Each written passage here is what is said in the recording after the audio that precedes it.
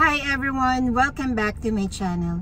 If you're new here, my name is Tintin and I'm former bar staff from Royal Caribbean Cruise Line. I work on board for several contracts, serving thousands of guests from all over the world, learning so much about hospitality, teamwork, and life at sea. And today, I want to help you start your own cruise ship journey. A lot of Filipinos dream of working on a cruise ship because the salary is good, the experience is amazing, and you get to travel while you work. But the question I always receive is, what are the requirements? What should I prefer first? So today, I'll walk you through the exact requirements you need in the right order so you won't get confused or spend money on things you don't need yet. Let's get started.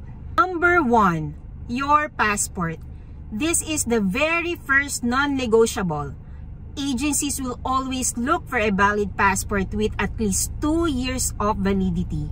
Without a passport, you cannot move forward with your application. So if you don't have one yet, make this step 1. Number 2, your resume. Make sure your resume is updated, clear, and professional. Highlight your hospitality experience, whether it's in a hotel, restaurant, bar, cafe, or administrative office. As someone who works in the bar department, I can tell you, service experience really matters. It shows your adaptability, your patience, and your ability to handle busy environments. Number 3, build your experience. Experience is one of the most important requirements when applying to a cruise ship. A lot of people only see the good side, the salary, the travel, the beautiful destinations, but they don't always see the pressure, the long hours, and the fast-paced environment on board. And this is exactly why experience matters. Many applicants quit early because they were not prepared for the real workload. But if you have a solid land-based experience, whether in a hotel, restaurant, bar, cafe, or even administrative work, you'll be able to adapt faster, handle stress better, and keep up with the demanding phase of ship life. If you're a fresh graduate, start with a good land-based job first. OJT helps, but real job experience will make your application stronger.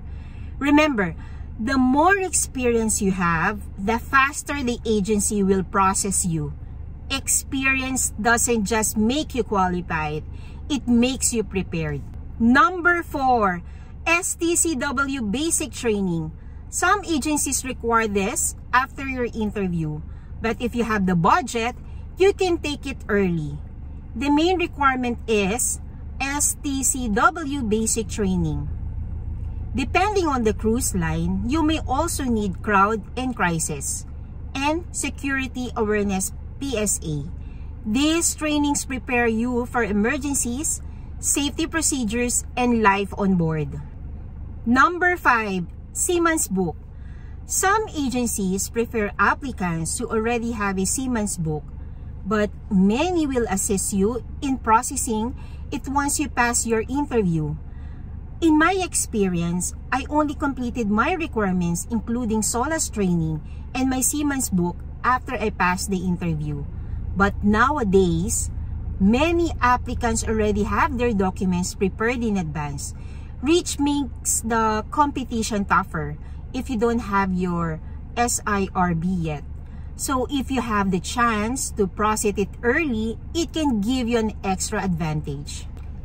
Number 6, valid government IDs and clearance.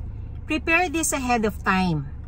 NBI clearance, National ID or UMID, TIN ID, PhilHealth, and Pag-ibig.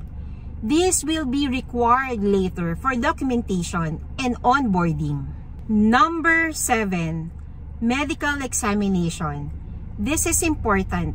Do not take your medical exam unless the agency instructs you. Cruise ship medicals are strict, expensive, and only valid for 6 months. Each company also has its own accredited clinics. So wait for the agency's go signal para hindi masayang ang pera. Here's the recommended step-by-step order. 1. Get your passport. 2. Build your experience. 3. Prepare your resume.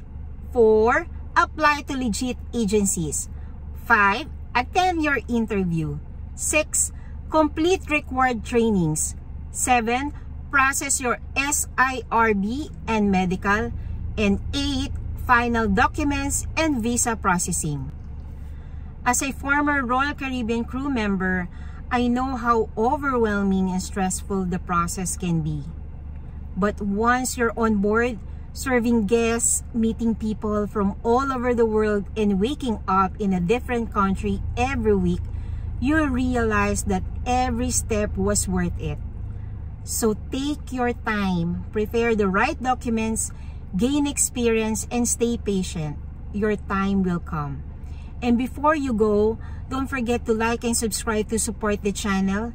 Check the links down below. I made videos that can help you with how to get your passport, your Seaman's book, your SOLAS training, and even how to make your resume. Good luck, future seafarers. You've got this, and I'm cheering for you every step of the way.